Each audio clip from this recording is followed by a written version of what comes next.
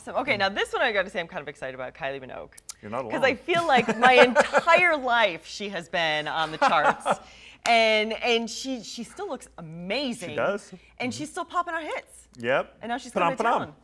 Kylie Minogue's 55, first of all. She's had hits in every decade since the 80s. There she is last month over at in West Hollywood to announce Voltaire at the Venetian, her residency production at that new night spot that's being built for. There's Michael Gruber, the guy who's envisioned it all.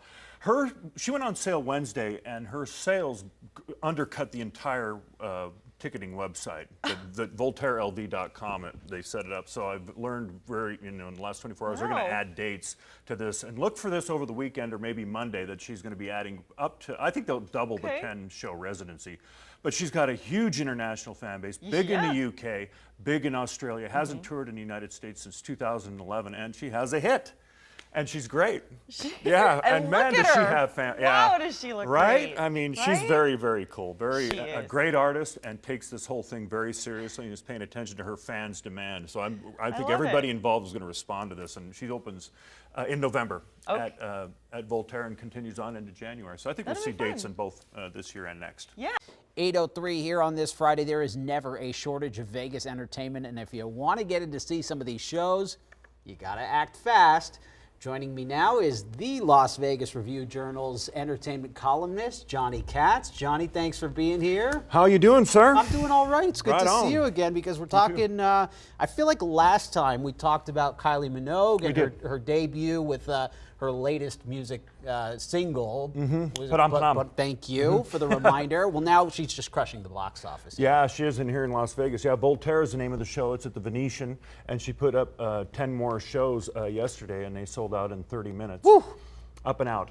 So she's got a total of 20 shows that open on November 3rd and run through next May. And I feel, will add dates at this place. I feel like every time we are talking about her, it's just a fresh reminder of how incredibly popular she has been for so many decades. Well, that's why they shaped this club kind of around her. It's going to be a club that exists on its own anyway, but she's the first headliner there. And she has a great international following, as we said. She's got a great fan base in Australia and the UK, and they're banking a lot on her residency already, and it's paying off. So, yeah, I don't know what else to say. It's going to be a very distinctive experience to see her work that club. They don't like to call it a nightclub because it's not really like a nightclub, but it is a club that operates at night.